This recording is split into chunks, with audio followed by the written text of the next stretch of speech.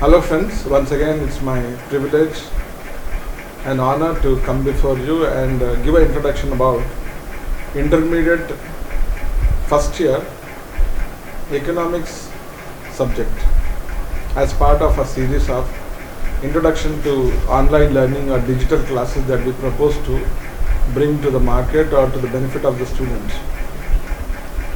First year economics is quite interesting, and what makes it so special is that what you study in first year, the same thing could be there in BCom or MBA or any professional course that you take up. The microeconomics subject that you are going to study is universal, the principles are universal. Whatever you study as part of the first year, same thing is there in BCom, BBA that you take up, or your CA course or CMA course, or if some of you want to pursue higher studies outside when you go for BCom or BBA, anywhere in the country or outside or MBA, when you study the same principles follow. Now, as an author of economics of 4 books, I have co-authored for BCom first year, BCom second semester, also BBA and MCom.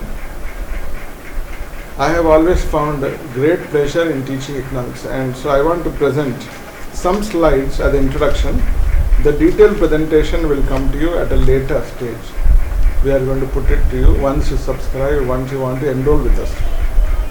The first unit of the intermediate syllabus is about the definition of economics. Now, even before we go to the definition of economics, economics is derived from 2 terms, ICOS and NEMEN.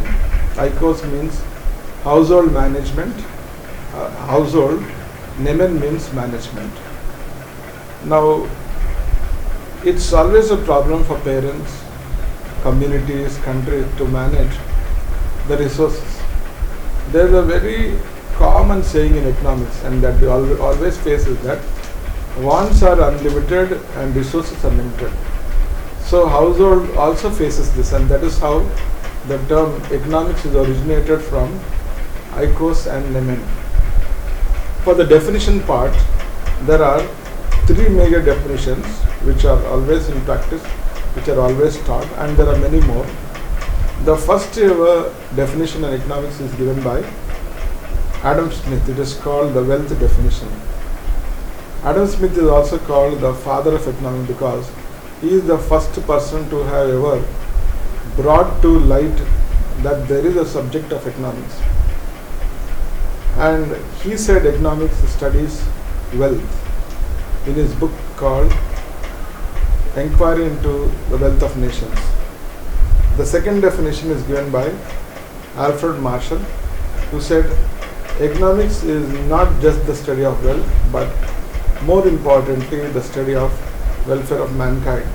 The third, a little more elaborate definition is given by an economist by name Lionel Robbins, who said economics studies how a man manages his limited resources and unlimited wants. This is the first statement, and that is why it is called the scarcity definition. I repeat once again, limited resources and unlimited wants. All of us are aware resources are limited, money is limited, land is limited, material is limited, whereas our wants are so unlimited. Wants are recurring, wants are never satiable. Today we are hungry, tomorrow we are hungry, today we need clothes, tomorrow we need clothes, today we need shelter, after 1 week we need clothes, so on and so forth. There is no end. You need money for petrol, you need money for electricity, and so the wants are recurring, wants are not satiable, wants are unending. How you manage your resources to meet your unlimited wants is the study of economics according to Lionel Robbins. Along with this, one of the peculiar feature of resources is resources have alternative uses. You could use the same money for buying so many things. I could buy a book, I could buy something to eat, I could go to a movie, and thereby the needs are competing. How you manage your limited resources by unlimited wants is what, according to Lionel Robbins, is the study of economics, wherein he says economics studies how a man manages his unlimited wants with his limited resources. While that is regarding the origin and the definition part, the first chapter we are also going to study micro and macroeconomics. Micro means small, macro means big.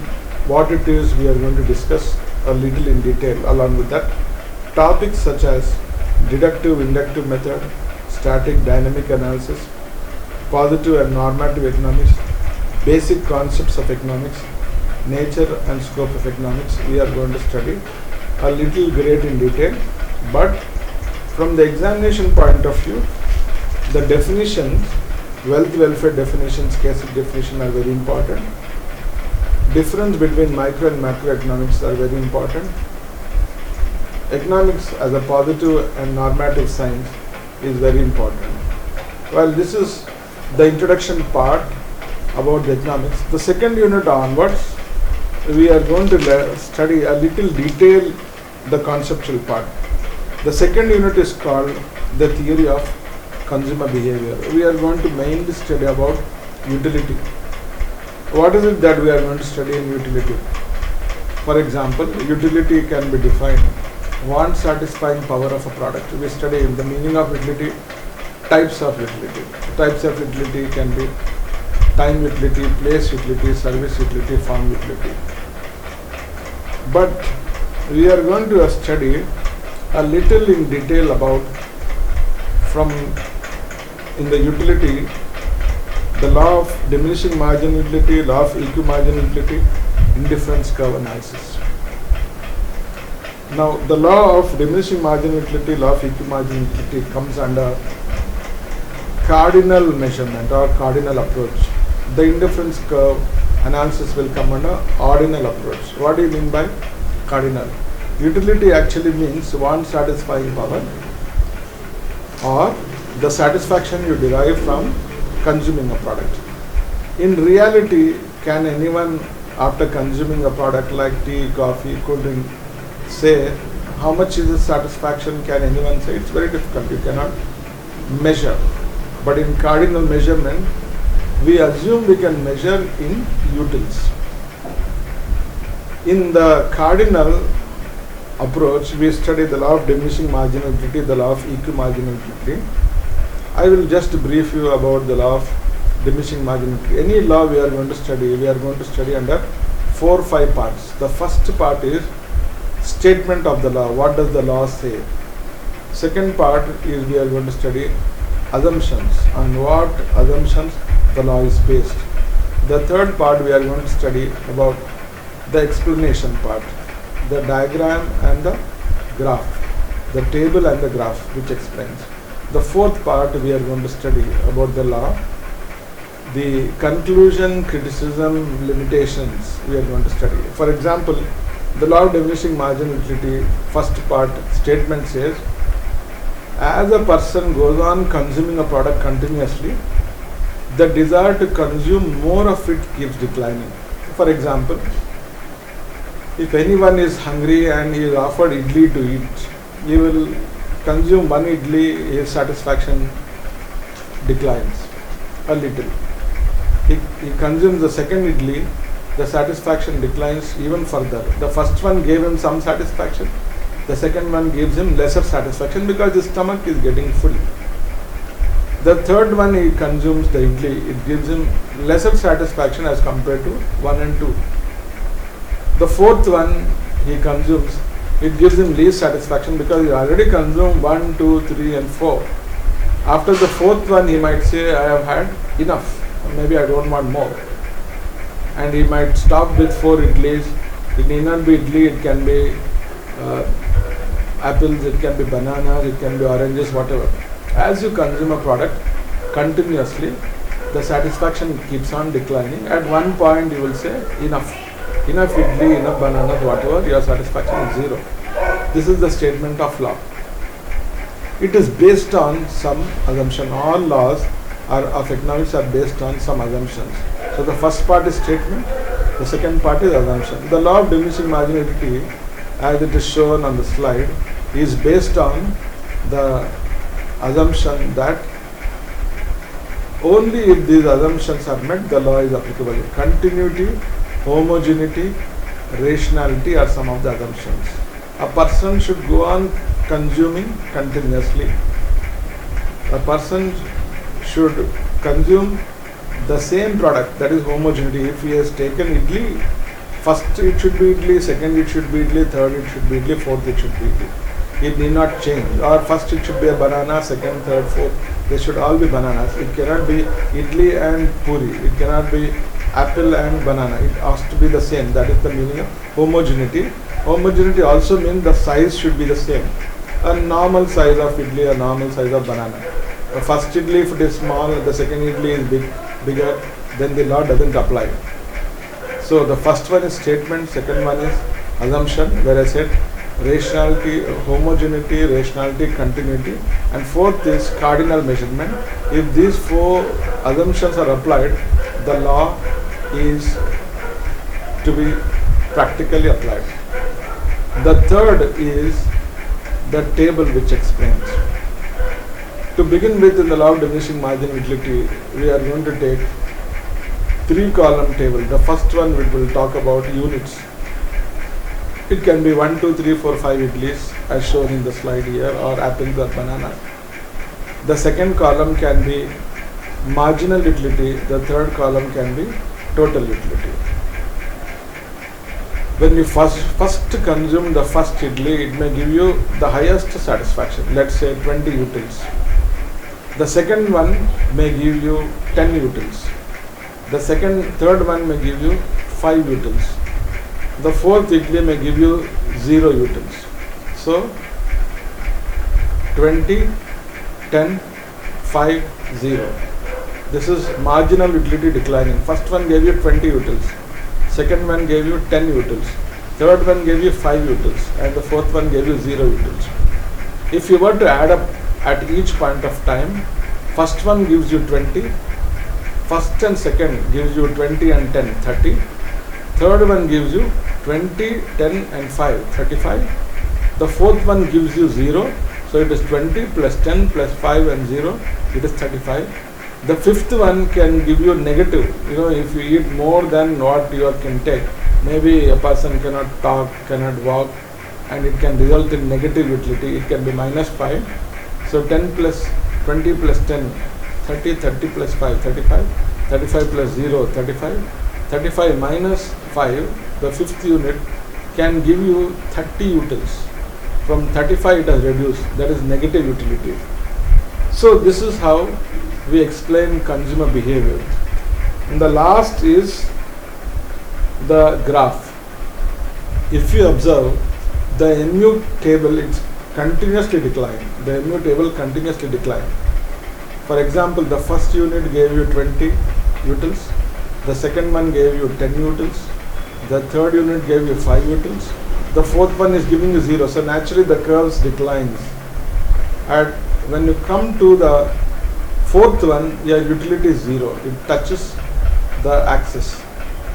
And if you consume the fifth one, it can be minus.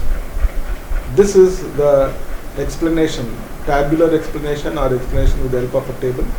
The same thing if you put in the form of a graph, you get a downward sloping MU curve or marginal utility curve. At the same time, if you observe the TU, the total utility table, TU is continuously increasing.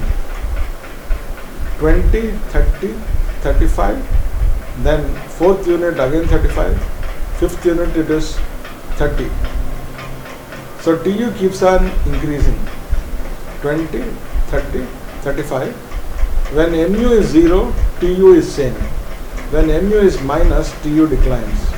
So one is the explanation with the help of a table, explanation with the help of a graph. So there are 4 parts. One is statement, second one assumption, third one explanation with the help of a table and a graph, fourth is conclusion criticism. What is the conclusion? Now, one of the major conclusion criticism limitations of the law of diminishing marginal utility is, unless these assumptions are applied, the law cannot be applied. Second important thing is, cardinal measurement may not be practical. It's not difficult to measure. If you were to ask anyone, you derive satisfaction, how much, it is not possible. And it does not apply to all. Why? Because if you talk to a person collecting stamps, coins, the more he collects, more satisfaction he derives. It may not decline, it actually increases. So that is the second part of our learning, that is consumer theory of consumer behavior or utility analysis that we have discussed. The third unit that we are going to learn is the demand analysis, which is a very, very important chapter in which we are going to study about demand. We are going to study about factors influencing demand. We are going to study about the law of demand. We are going to study about elasticity of demand with focus upon price elasticity. In a nutshell, I want to explain to you what do you mean by demand. Demand means three parts: desire, ability and willingness. A person should have a desire, person should have the ability, the person should be willing. If I want to go and have an ice cream, I should have a desire to have an ice cream. Then the shopkeeper says it is 30 rupees, I should have 30 rupees in my pocket. So I should have the desire, I should have the ability. And fourth, I may be willing to buy. If I go there and I decided not to buy, then it's not complete. So desire, ability and willingness, the three things which make demand.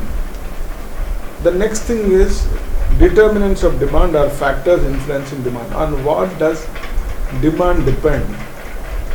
Some of the factors which influence demand or determinants of demand are price.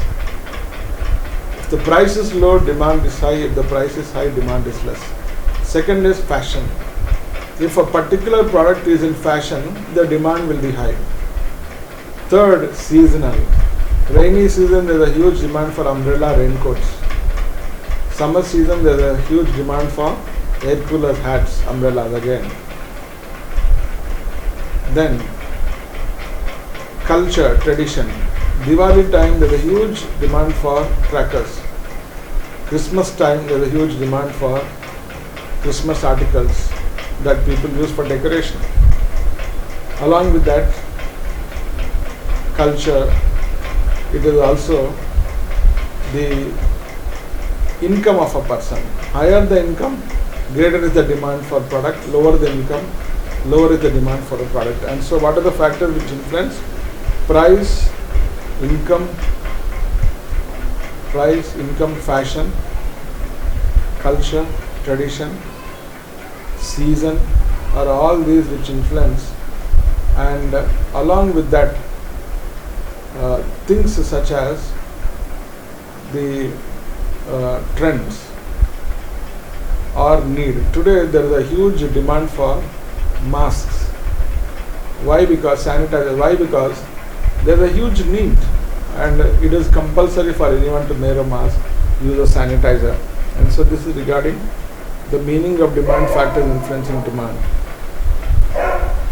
Then we have a very important law that we should learn called the law of demand. The law of demand, again, we are going to learn under four parts: statement of law, assumptions, explanation with the help of a table and a graph, conclusion, criticism and limitation. I will just mention the statement of law, then I will proceed further. The law of demand says there is an inverse relationship between price and quantity. That is, when price rises, demand falls.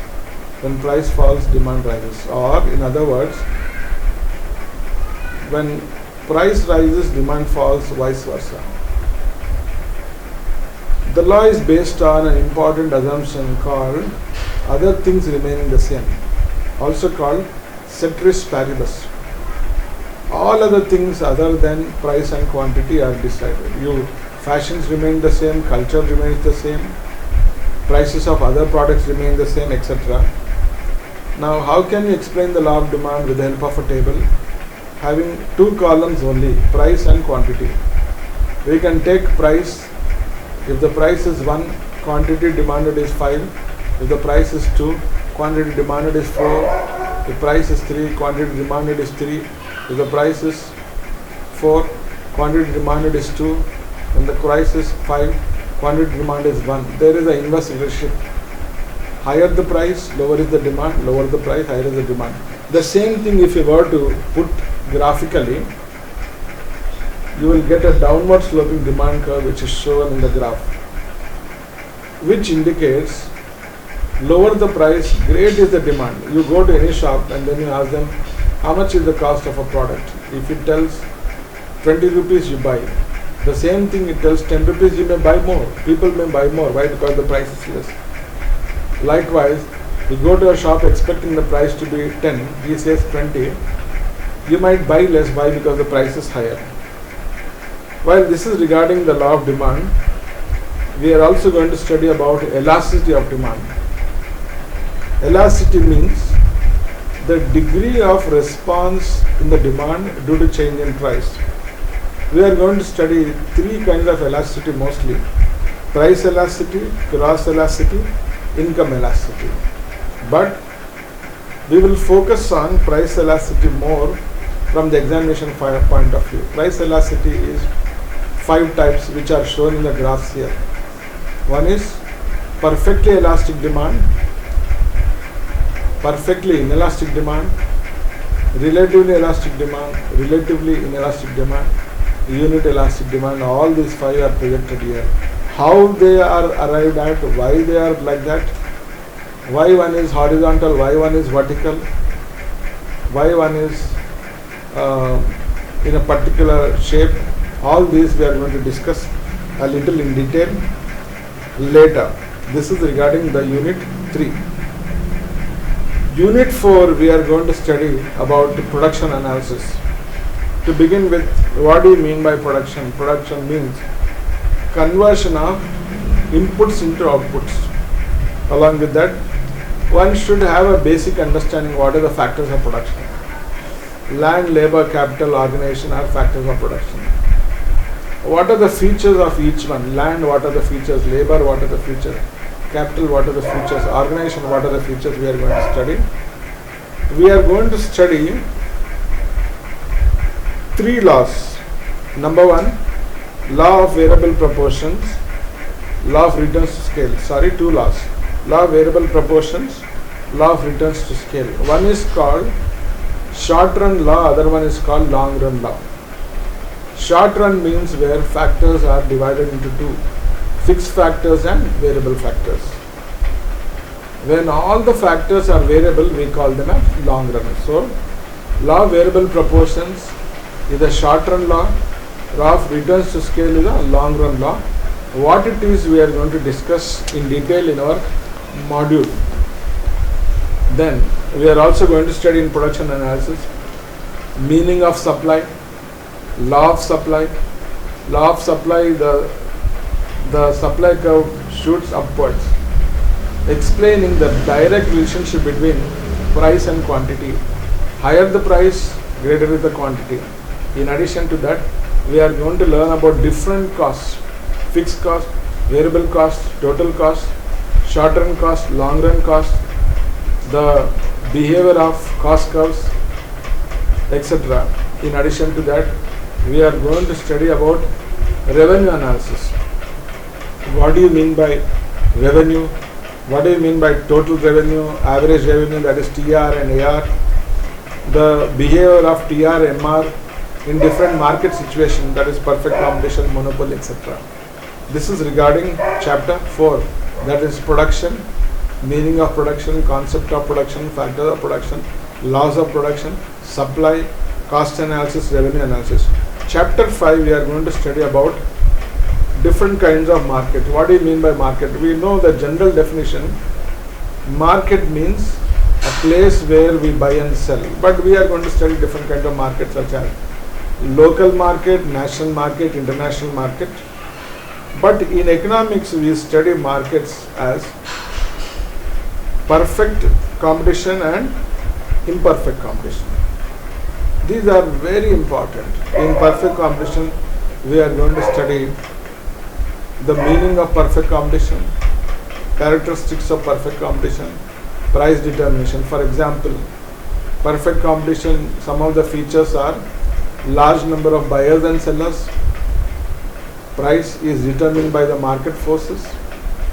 AR equals to MR. It's a straight line as shown in the graph here.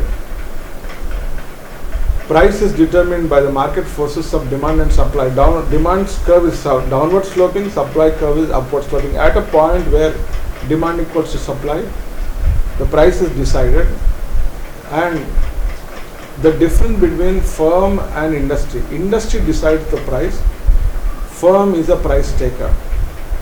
Industry, all the firms in the industry will decide the price.